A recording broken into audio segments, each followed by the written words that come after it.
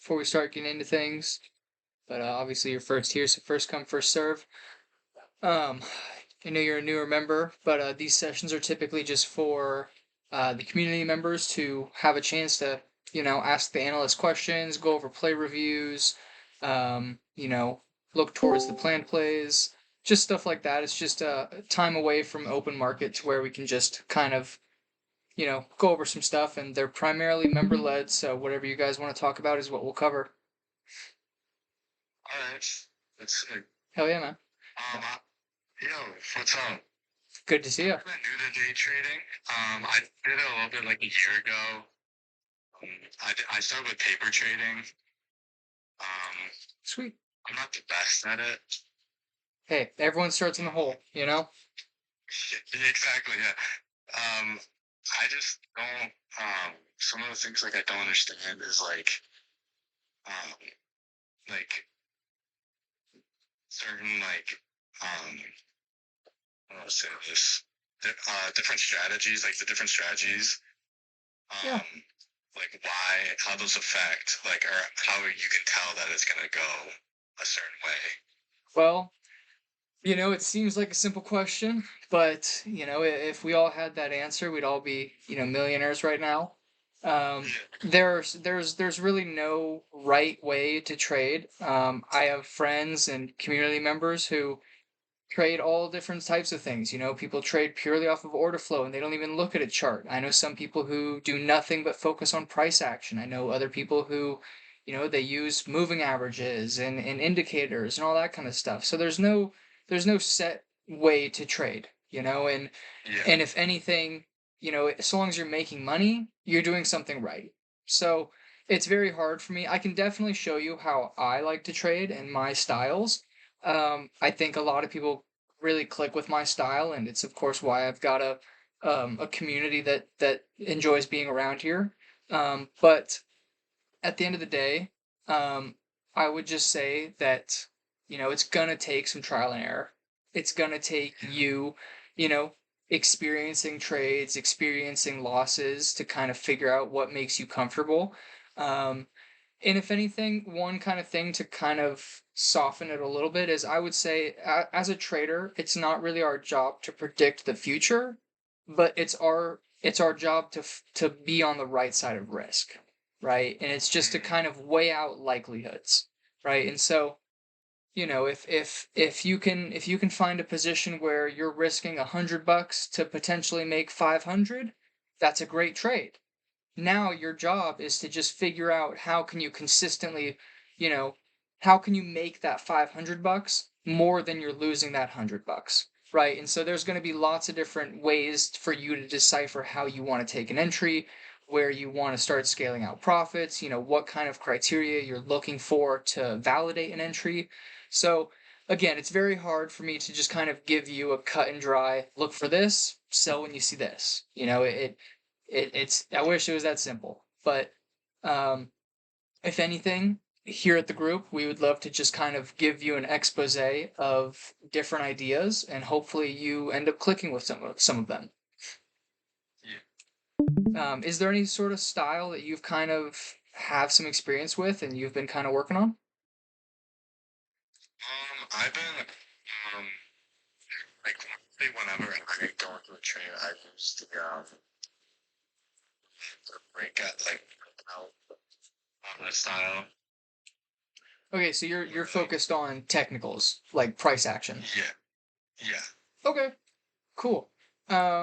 So let me ask then, when you take an entry, do you have a plan? Do you have like if it hits this, I'll take profit. If it breaks below this, I'll stop out type of thing? Or how are you structuring your plays? Yeah, when it goes like when I'm starting to lose to a point where I don't think it's gonna come back is where I put my stop loss. Okay, so when you say that, is it a technical level that is it something that invalidates your idea on the chart? Or is it you saying if it goes below, if I lose more than 40% on the play, I'm stopping out? Which of those would you say is closer to? It's more like if I lose like 40%. Okay. Okay. So there's nothing wrong with that. I know a lot of people that trade like that. Personally, I'm more on the other side of things where, if I'm looking at something on the chart, something has to happen on the chart for me to think that my play is invalidated. Um, the only problem I maybe have with a hard stop, we call that a hard stop, where you're like, if it breaks below 25%, I'm done no matter what. The only problem I have with that is that the reason why I have found that inconsistent in the past is just because of the contracts that I play. So you're familiar with SPY, of course, right? Are you familiar with SPX? Yeah. So I play SPX exclusively. That's the only ticker I trade pretty much. Um, And I'm sure you're familiar that the contracts on SPX are extremely violent, right? And if you're playing 0DT contracts, there's a good chance that as time goes on, if nothing's happening on the chart, they experience rapid theta decay, right? They lose value very quickly. So I could be waiting, and 30 minutes later, if nothing happens, those contracts could be down 25%, which would be someone else's hard stop loss, when in reality the chart hasn't moved and nothing's really wrong with it, right? Yeah. So that's my kind of devil's advocate, argument to that. Um, but I would say if you're playing, something like Spy that is much more, easygoing, and also you're playing time, so you're not going to experience theta decay, intraday, that could be a very viable way to play your entries. So is that kind of how you would do it, or are you taking more risky entries with short dated contracts, or what? Definitely taking more risky entries. Okay. So in that case, I would say you probably want to start employing a technical stop loss, Yeah. one in which how I just described, where something on the chart invalidates your idea. Mm, Let me see if I can't give you an example, right? So let's look at yeah. ES here. Are you familiar with ES? Oh, Okay, so ES, this is ES. This is the S&P 500 futures. Okay, so it is SPY, it is SPX. The only difference is this guy moves 24/7, except for weekends.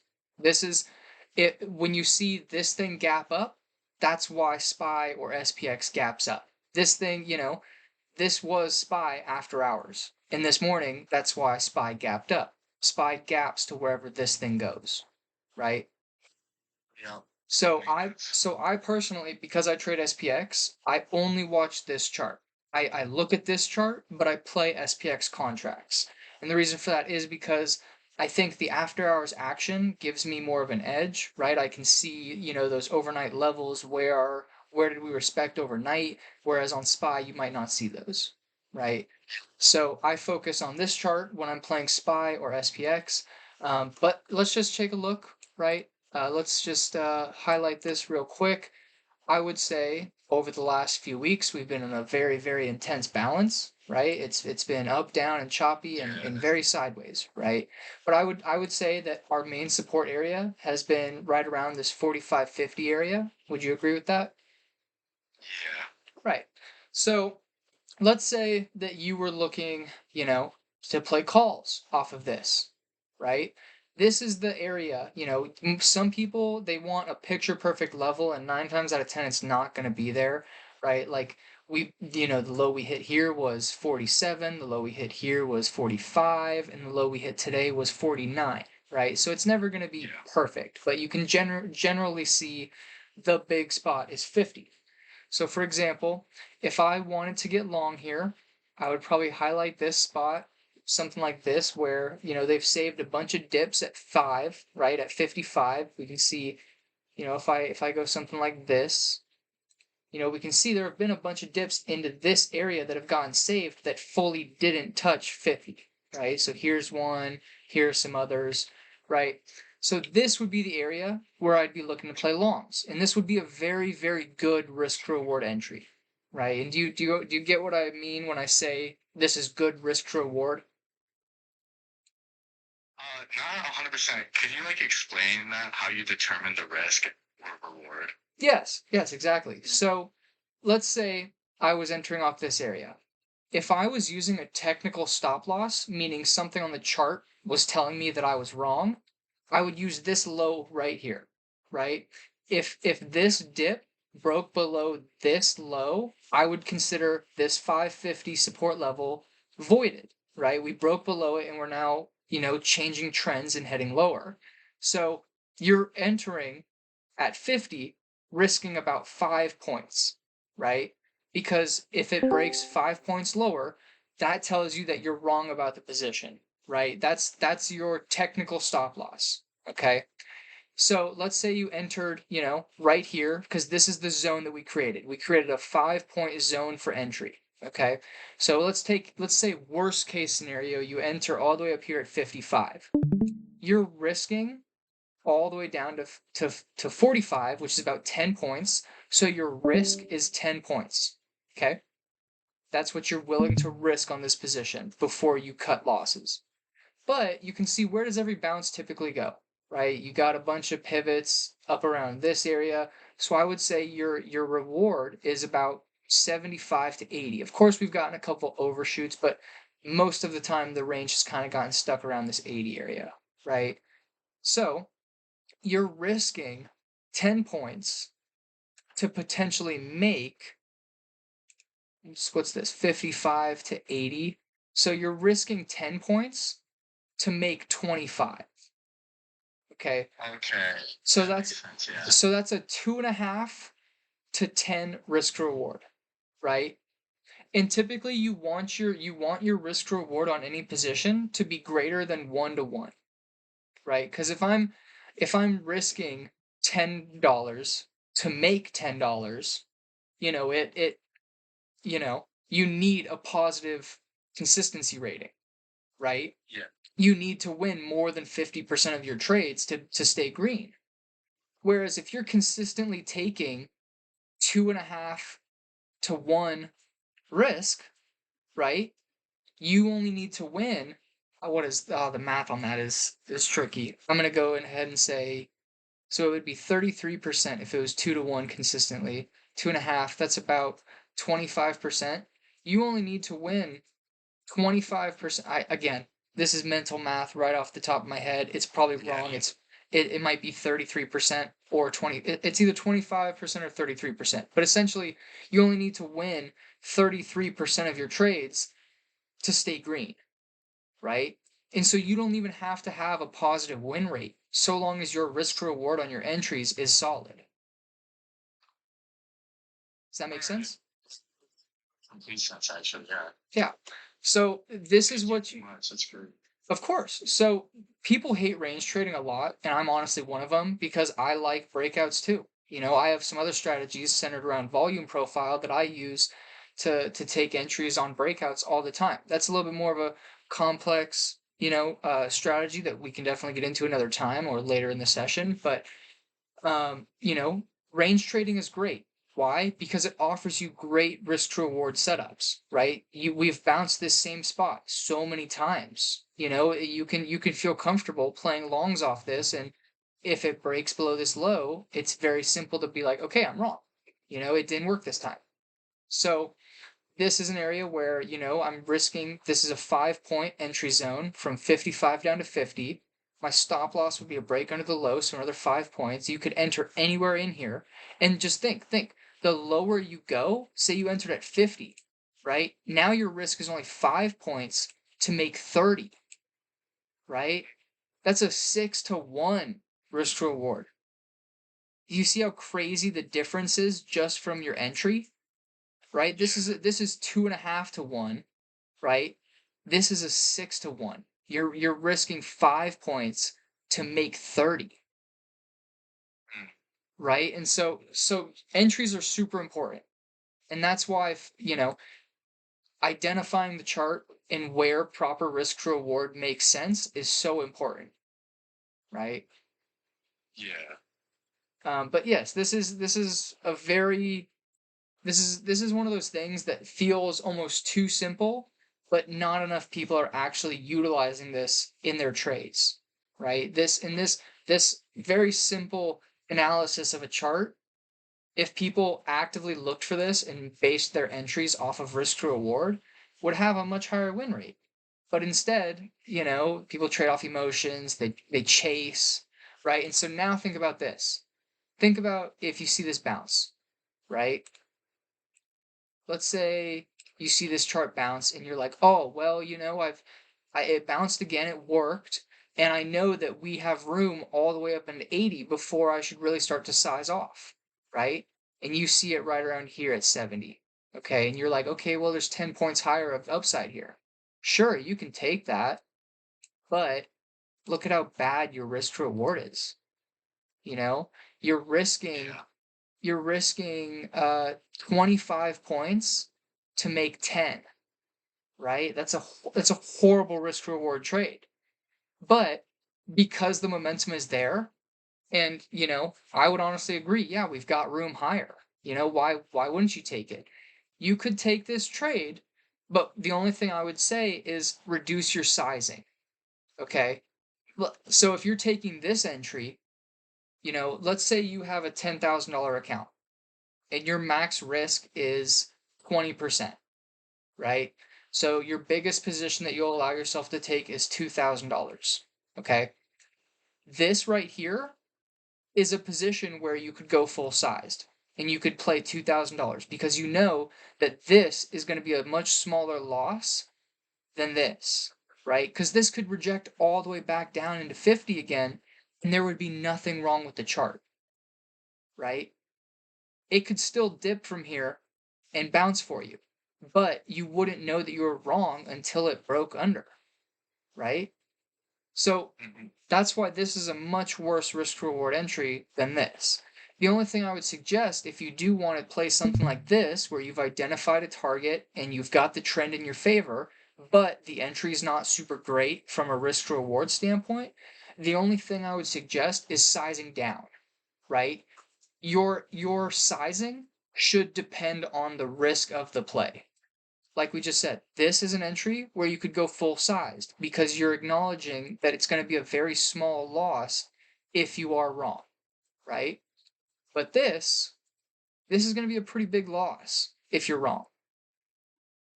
Yeah. So using that same example, this is a play where you could use $2,000. This is a play where I'd probably only want to use maybe $700, $800, right? Greatly reduced position size. Yeah. But um yeah, it's you know, if you can just look at a chart and you can identify that we're in a range, this strategy alone, just looking at risk to reward, can give you entries and give you quality setups. And it'll tell you exactly how to size. As I was saying earlier, you know, if you're using a technical stop, it takes a lot of the emotions out of the trade because you're letting the chart tell you what to do. Yeah. A lot of the decision making and the guessing is out of it. All you're doing is, as we said, our job as traders is not to predict the future, but to be on the right side of risk. So this is a perfect example of that, right? You're entering at a spot where risk reward favors longs, and it's a very close to risk in the sense that if you stop out, you're not losing a ton of money, but the upside potential is very much in your favor, right? Okay. That makes complete sense, actually. Holy. Yeah. So I mean, this is I'm glad to hear you're enjoying this because a lot of Yeah. people they know about this and they just for whatever reason when the actual trading day starts it all goes in one ear and out the other. Yeah. That's funny that. Oh yeah. That's like I did like some like research when I started, and I didn't fully understand the concept of like, because like I usually use my phone, and trading view it's like really like small, like you can't really see the whole.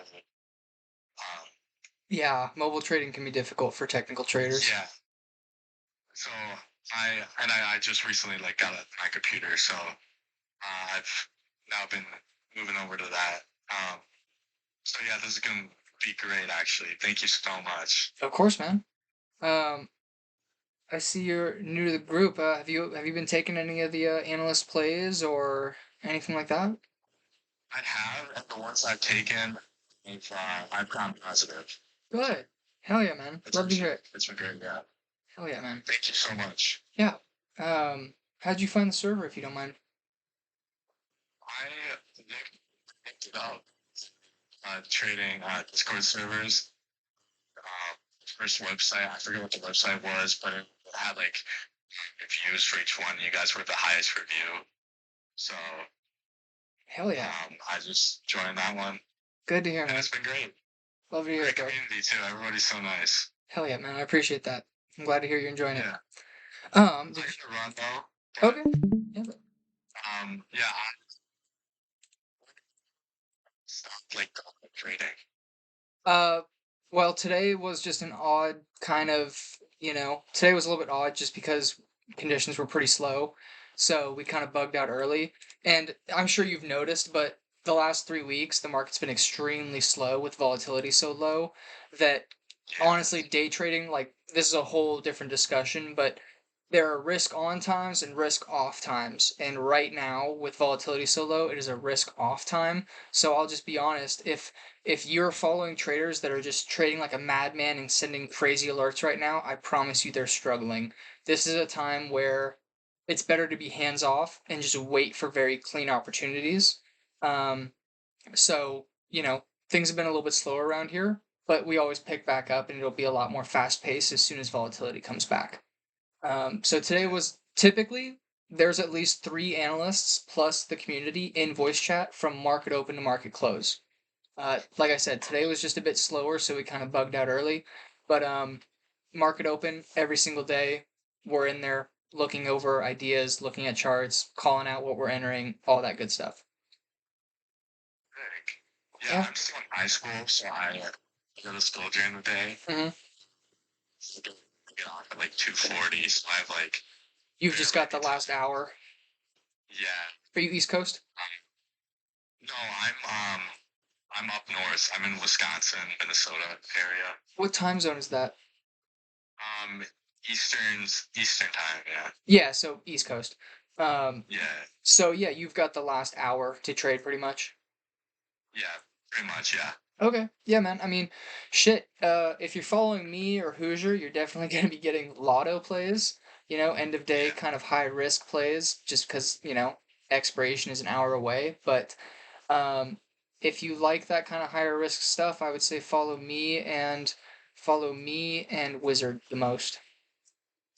Okay. Yeah. Yeah, if you want a little bit more safer, kind of slower pace swing stuff that you can kind of go to school and not really worry about and just manage, day by day, Hoosier and Cobain send out a lot of swing plays.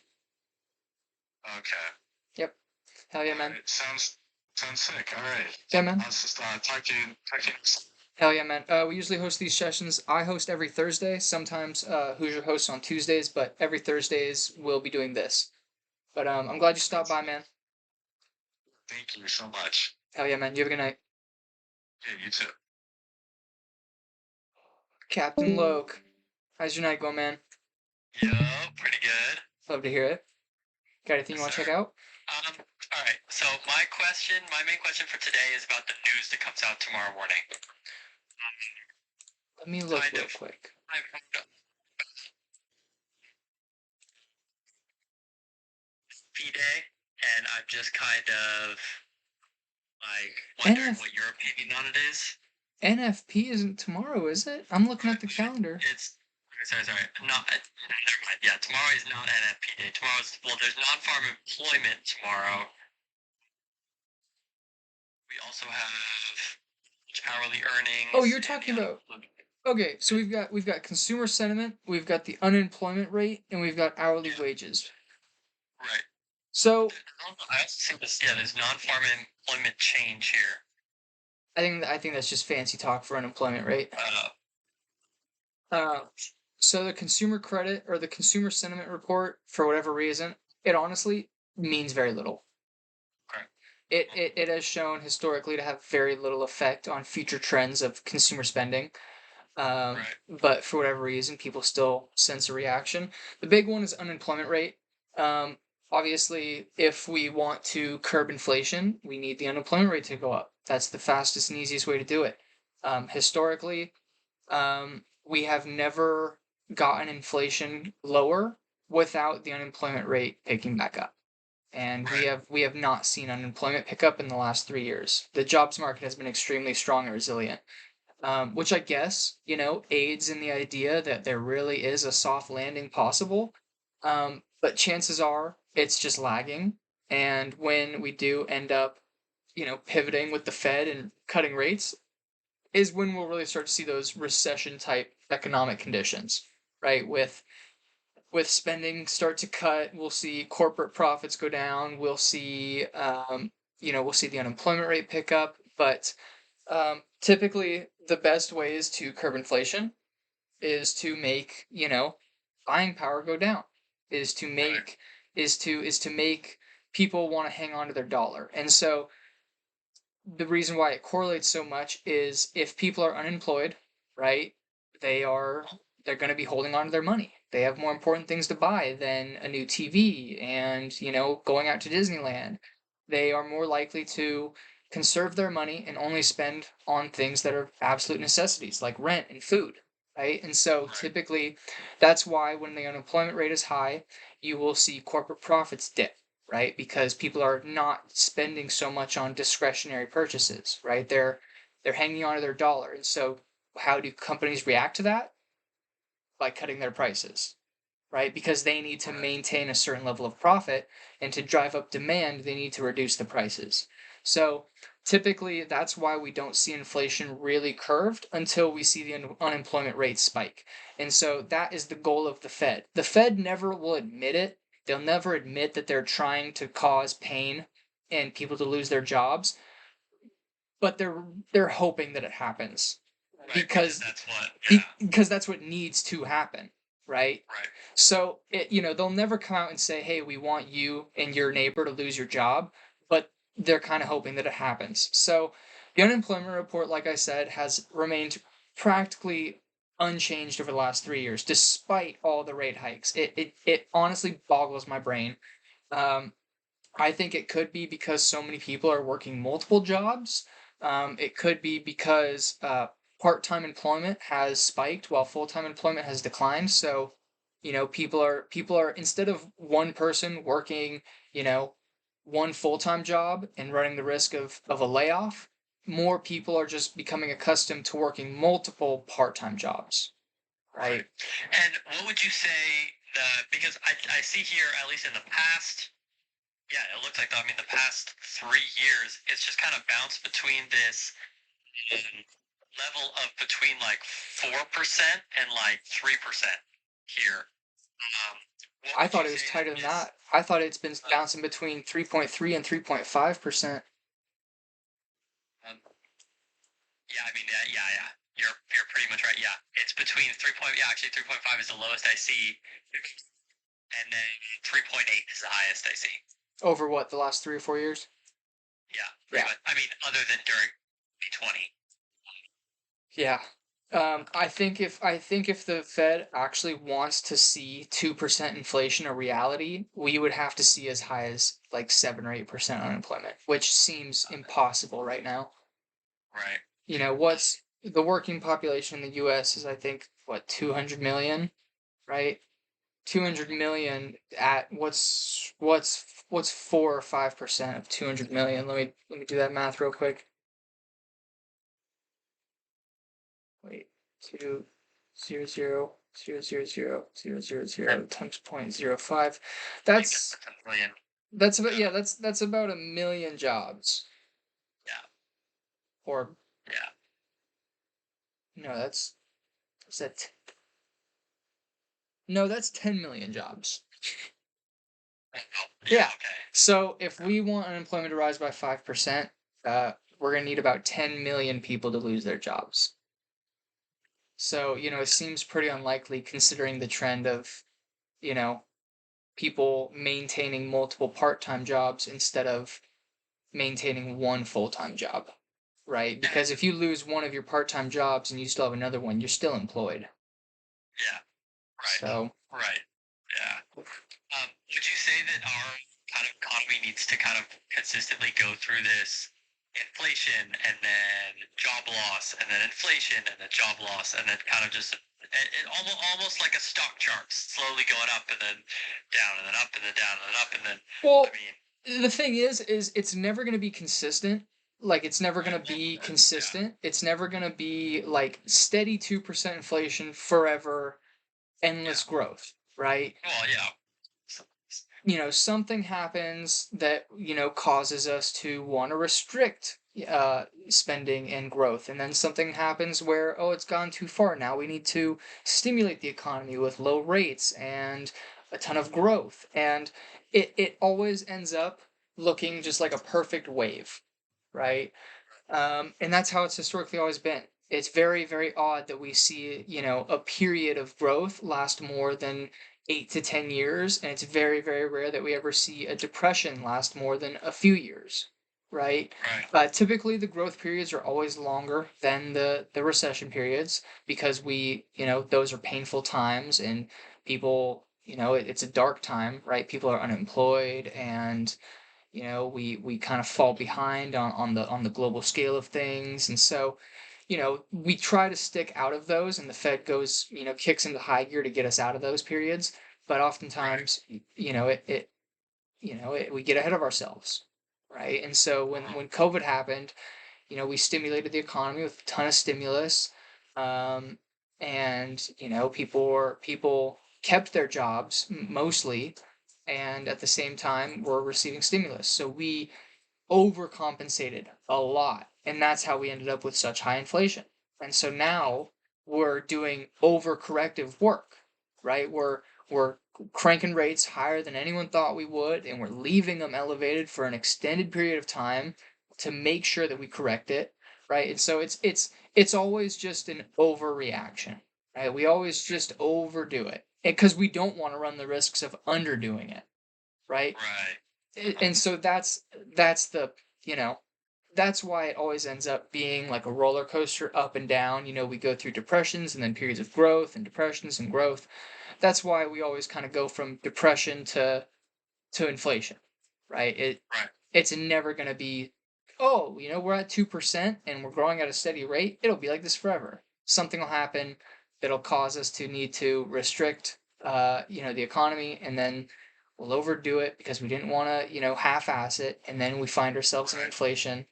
It's just a nasty cycle, but it's actually the best way to be efficient. yeah, yeah, got it.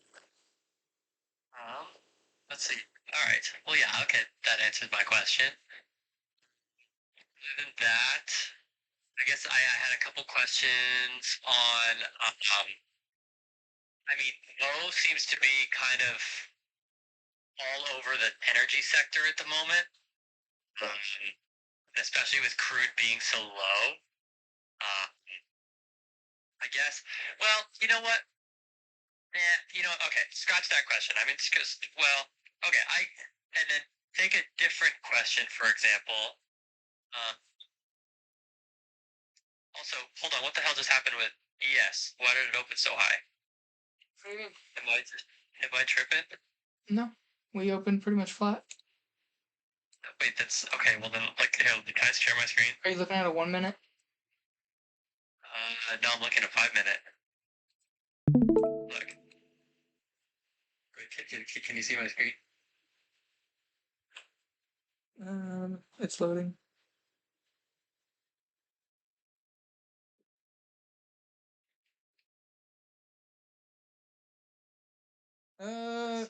That might be the contract roll as today. Oh, it is. It's the contract roll. I mean, the contracts did roll. Yeah, then that's all it is. Okay. So what is so that just means that and it just jumps points. Will trading you end up pulling it back down to here, or does it kind of just pop up? No, it just pops up.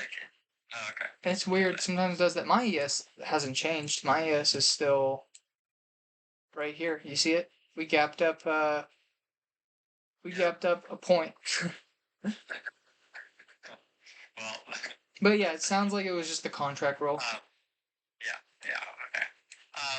But anyway, so I guess my question stems from all of So I guess my question is, does my main question is, how does like CL, like gold futures, NQ, and ES all kind of work together? Like does one affect? I mean, obviously, I know NQ and ES kind of work in the same kind of. I mean, I get that's really my two biggest questions. Like, what's more like both NQ and ES? I mean, if they both like break structure, that often I mean like one is then whichever one you're looking at, possibly if that's just more. What's that word? Uh, confluence. If both satisfy what you're looking for, then that's more confluence. But let's say that like ES like doesn't break one like level, but NQ does. Like for example, like 2 days ago, when or like a week ago, when overnight NQ had dropped like 100 points, but ES was still basically ranging at the same spot. Yeah, so this is a really tough question that kind of spans a lot of different things.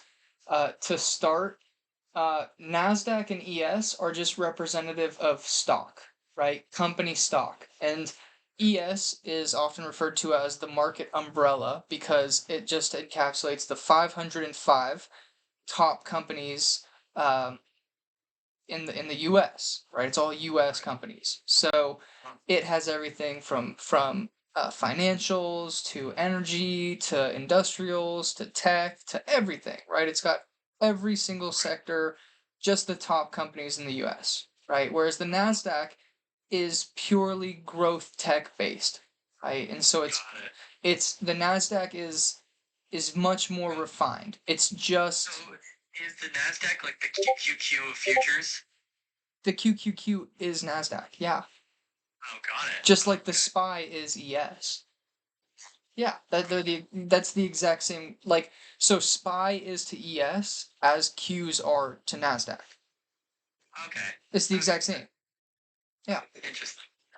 You know Oh that? yeah, I mean, yeah, kid. I'm reading out the title of QQQ now. It says Nasdaq right here. Yeah, Yeah. they're the same. It's the exact same relationship. Wow. All right. Well, okay. Well, then that answers all my questions Yeah. for at least that specifically. But as for gold and energy, Right. gold has to do. Gold is a physical commodity, and Right. so its value is derived from price movement of the U.S. dollar. Oh, So if the U.S. dollar loses value, typically gold will get an inverse reaction to the upside. So okay. that's more of a question that relates more to forex and foreign exchange prices. Um, and energy is completely different. Energy is based on, you know, supply and demand, scarcity, world events, right? Like, I'm sure everyone saw energy was going crazy when this Palestine Israel started Right. popping off, right? Because Israel is a major producer of oil, and if they're at war, it's presumed that they are going to, you know, they are going to, need oil more. Therefore, their prices are going to increase, right? And Right. so So oil that is it to go up or crude to go up or to go down? uh, That go up. was If right. there's a war that involves a company or that involves a country that is a major producer of oil and distributor of oil, um, it's presumed that getting oil out of that country is going to be more expensive. Right, which therefore makes it more valuable, which therefore causes. Yes, Okay, got it. exactly. Right. So all of those things that you mentioned are, of course, the general market. If some major world event came crashing, it would all depend what the event is, and how we would move. But let's just say there was, a major banking crisis, right? We know that Nasdaq and ES would definitely get hit hard, right? They would sell off hard. But gold, right? If there was a banking crisis and the value of the dollar was in question, gold would probably do very well, Right. right? But Right. oil, it depends. It depends what countries are involved. It depends on all sorts of things on how oil would react. Um, if if oil prices out of nowhere became very, very expensive, like let's just say that we did a study. I'm totally pulling something out of my ass right now, okay? But let's just say there was some major study that found out that we only had on Earth half of the oil produced, or we only thought that there was half of the oil that we currently thought we have, right? And the price of gas and oil just skyrockets. It triples, right? So oil Right. obviously is going to go up like crazy, but that may have a very negative effect on futures and indexes because guess what? Shipping costs are going crazy, which cuts into corporate profits, right? Right. So, something like that world event, oil would go nuts, but stocks would probably get hit really hard. Uh-huh. And consumers Yeah. would be less willing to spend because now their disposable income is cut dramatically because they have to pay so much more for gas, right? Right. So that's a world event where, it all depends on what the world event is and how, you know, depending on the relationship between corporate stock, gold, which is a physical commodity related to the US dollar value, and oil slash energy would react. Right. Right. And so then leading to that, um, I mean, obviously, it looks like we are at the bottom of this kind of range here for oil. Which ticker are you looking at? You're looking at CL? I'm looking at CL, yeah. Um, looking at CL, I mean, on just on the daily zooming out, I mean, you can kind of see that we are kind of approaching this big bottom here. Yeah. Is this just a purely risk to reward setup that a lot of people? I mean, I've been seeing a lot on specifically oil.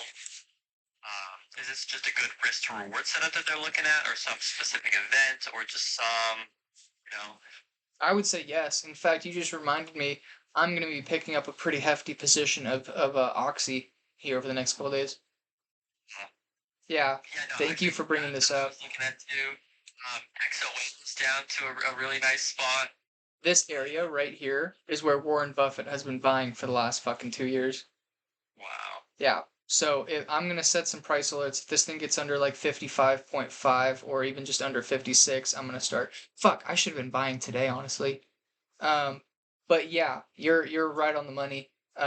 This is Yeah. this is a spot where I think it's great risk reward. You're right. CL is down extremely low right now and is back at a point where buyers have been extremely present. So I Right. I think this is a good spot too. Yeah. So then, my right. Okay. So because so if I look at the CL chart, and I look at the spots that we have bounced off of in the past years, I mean, I'm looking at this like 67 level down here, like all the way down to 67, where in like June we were. Yeah, I've got a zone drawn. Are you looking at my chart still? Yeah, I am. I am. I've just got a zone from 67 to Right. 65. This is my buy zone, just like we were talking about earlier on ES. This is my buy zone. Right. Now, see, so my kind of thought process here is if CL makes its way down to about 67, that's another $2 down to go. Now, if you look at like XOM, CL goes down another $2, that could completely invalidate this, like, I mean, either XOM or, although Oxy has room still before it's invalidated. So I guess then, what's your stop loss on Oxy? And if CL moves down that last $2, will both Oxy, XOM, CVX, will those get continuously affected lower? Or Yeah, I would imagine if CL, well, this is where things get a little bit dicey, just because CL is a future commodity, right? right, It's going to be continuously affected by global supply and demand. Whereas right, Oxy and XOM and Chevron, they're companies that report quarterly profit. And right, their valuation may not be, they could be affected more drastically or they could be less affected, right? And of course that's a given, that's obvious, right? But if anything, because these companies are profitable and pay a dividend, that simple fact alone that they pay a dividend gives them a higher intrinsic value of the flat plain physical commodity. right. So I would imagine that if CL drops maybe, from 70 to 65, right? Just for example, what is Yeah. let me do that math real quick. Um, that would be about a 7% drop, right? If CL dropped 7%, I would imagine Oxy maybe only drops another 4%, Got it. right? Just for the simple fact that they report a quarterly profit, they are making money, and on top of that, they pay a dividend, which grants them a higher intrinsic value of, over CL as a future. Right. But Right. yes, from looking inwards on the entire industry and sector, I would say we're at a spot where risk reward still is positive for longs. Right. And Right. like I said, I'll be buying some Oxy here over the next couple of days for my long port. And you're just gonna be buying shares, obviously. Yeah, and Um, I completely plan on holding them for 10 years plus. right. And what do you have a stop loss on those? What's the lowest you're willing to kind of hold on to everything? I mean, well, obviously since these are long ports, but I guess let's say that you took options into the middle of next year on Oxy. I wouldn't play Let's say options.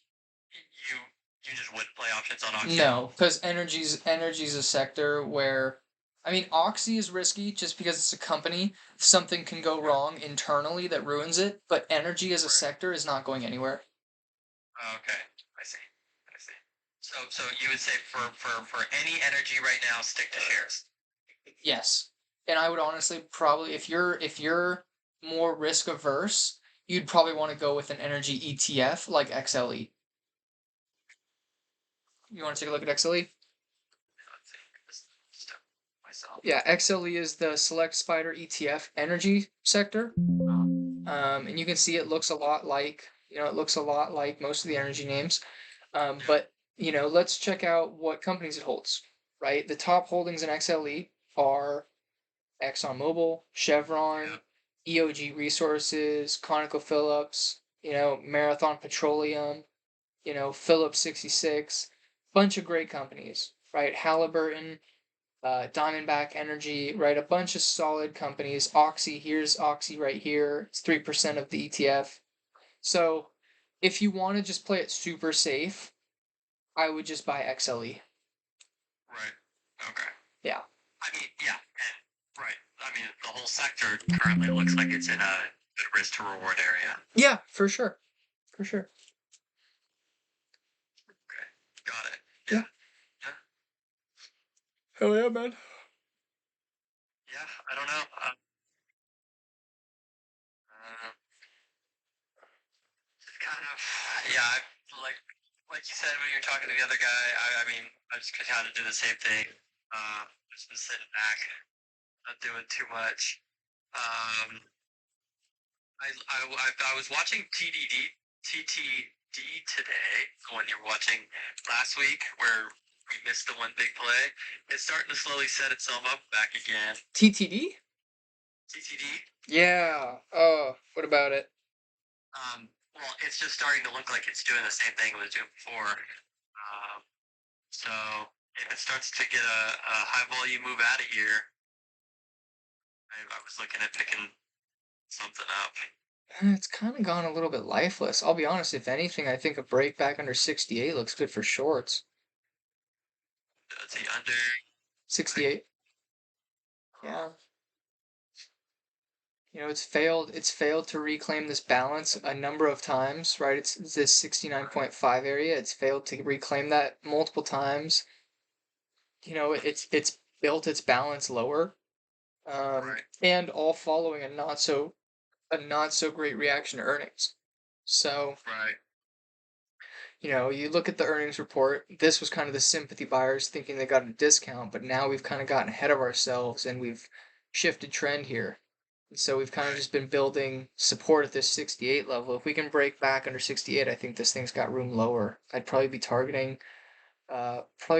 this same support area at like 66, and then worst case scenario, maybe as low as like 64 to 65. Got it. Got it. But I think we were actually. Yeah. when this thing dropped earnings, I think we had a call, or one of these sessions. That was that Thursday, um, and this thing was like down, like really, really, really far down. Oh, dude, let me show you my buys on this thing. No, I bought this thing. Yeah, no, that's exactly what I was gonna say. I think I bought this thing at like 54 or Yeah, something like we that. were buying it at 53. We got we were we what does Hoosier call it? Cradle robbing? Yeah, we got a killer entry on equity, and I'm so happy that we did because TTD is a company personally that I'll never sell. I love this company to Yeah, death, and the fact that their sole focus is competing with Google and Facebook on marketing is awesome. And they've got this what's it called? They've got this yeah. I literally bought this thing at 55. the term I'm looking for. Anyways, they've got this thing that they call programmatic advertising, and they basically pioneered relevant ads, which of course Got it. Google and Meta kind of took over and readjusted to make their own stuff, but Right. these guys started that. Like 3 years ago, these guys started that, oh, you looked up, a Lexus on Google, and now all you're getting is Lexus car dealership ads. They pretty much pioneered that. Right. Like, and it Right. might seem crazy, but like that is their entire business model. Is businesses come to them and say, "Hey, we want to market and we want to advertise. Put us in front of the most relevant eyes." That's what they do, and they're extremely good at it. And you can see by their EPS and their profits, they're growing at a steady fucking rate.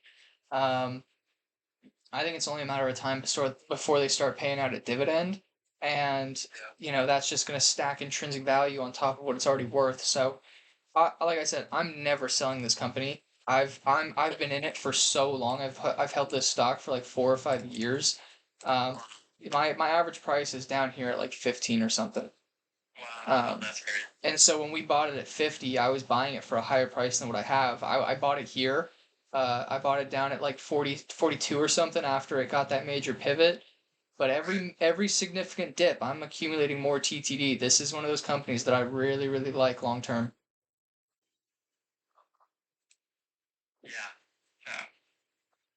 And you can see, when their most explosive growth happened, it was right after COVID when every company was had no choice but to advertise online, right? Right. Right. And this is one of the companies that, yeah, after COVID, I mean, it's held up compared to like Roku or Zoom, which kind of just shot up and then came right back down. And let's just take a look real quick. Um, let's compare their earnings, right? So look at their earnings following COVID. 92 cents, $1.27 per share. And Right. think about that. They had a 10-to-1 split. So all these numbers down here, you got to multiply by 10 to compare to this. So their most recent earnings, that's a 3.3 EPS compared to these days, right? Right. That would be like if they had a 3.3 here instead. They've been growing extremely well. Yeah. In Yeah. this last quarter, or no, the Q1 report of 2023 was their best earnings ever, 380 a share pre-split. That was their best earnings ever. Right. That's, yeah. Wow. And they took a little dip. They took a little dip in April or May, but they're still very consistent, right? If we look at their 5-year trend, book value per share, their 5-year trend is extremely well growth poised, right? Cash flow per share, they're making more money, right? Sales per share, their revenue's growing like crazy, like look at that. Their quick ratio, they're handling their debt extremely well, you know. Uh, It's all positive. It's nothing but good news from this company. yeah. Yeah, I I like love. it. Yeah. I like it. Yeah, I will say they've got their PE ratio is a little concerning, but I think that's just because a lot more people have the same opinion as me, that they like this company poised for growth, and they're willing to Uh-huh. price in a few years of growth. Right. But yeah, I mean, hey man, I don't know if you have or not, but I would definitely suggest over this next year, because trust me, we're not gonna go straight to all-time highs. We might, but I don't think we will. I think we've got another major correction on board before we get back to 2% inflation and the rate cuts coming and all that. I think we'll see a decent dip in the market, maybe 15 to 20%, and that'll offer you a great chance to start, really accumulating some long-term equity. Right. I mean, so when we were right, yeah, because I am mostly cash right now, um, as for a lot of people are. Yeah. But I guess so. Around this time in July of this year, Hoosier was grabbing a lot of uh, short options or puts for like mid, yeah, I guess mid 2024 or like January of 2024, which now is I think too close. Um, but kind of now we are in the same spot we were in the market. Yeah. Would you say kind of around here or maybe 10 or so dollars higher to start picking up those year long short positions, or would you steer clear from that? Honestly, I'm waiting for Mo's signal. I do like this area, but we're all kind of on the same boat that we could kind of inch higher a little bit before the end of the year. Right. And if you want, I mean, if you're looking at like a year out, 18 months out, now is probably a great time to start picking it up simply for the fact that VIX is at 13. Right. Like you're getting long dated contracts for so fucking cheap. Dirt cheap, Uh, you know. now, if we pushed higher, I mean, if we push higher, fix is either going to stay or, I mean, it's still, I mean, it's still going to be the same. Yeah, if we push higher, it's going to be really fucking slow because VIX isn't going to bounce. So if we push higher, but that also stands to the testament that if you buy long-term stuff, if we go up another $10 on SPY, your contracts are barely going to get hit.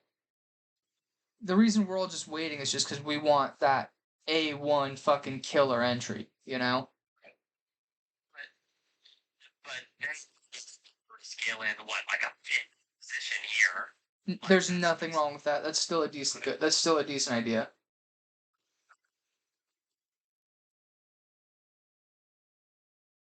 In fact, like I'm probably thinking sometime around New Year is when I'll probably start again.